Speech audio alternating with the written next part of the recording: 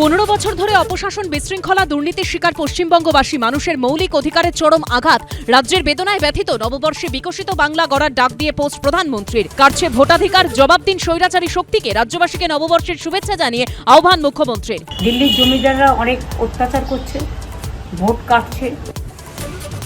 মমতার সময় শেষ, বিজেপির সময় শুরু। বিহারে বিজেপির মুখ্যমন্ত্রী হয়েছেন, এবার বাংলাতেও এ রাজ্যেরই কেউ বিজেপির থেকে মুখ্যমন্ত্রী হবেন, হুঙ্কার অমিত শাহর।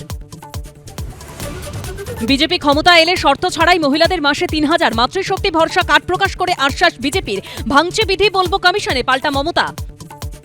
উল্টো করে ঝুলিয়ে সিধে করতে হবে তৃণমূলের সিন্ডিকেট মাফিয়াদের, ফের হুঙ্কার অমিত শাহর। ममता को निकालने की शुरुआत जलपाईगुड़ी से करनी है।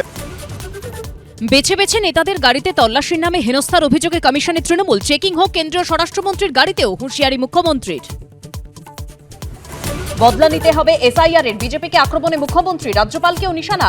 তৃণমূলের শাসনে ভয়ের পরিবেশ, পাল্টা প্রধানমন্ত্রী। রাত 8টায় দেখুন দেবস্মিতা ও শুভ্রজিতের সঙ্গে।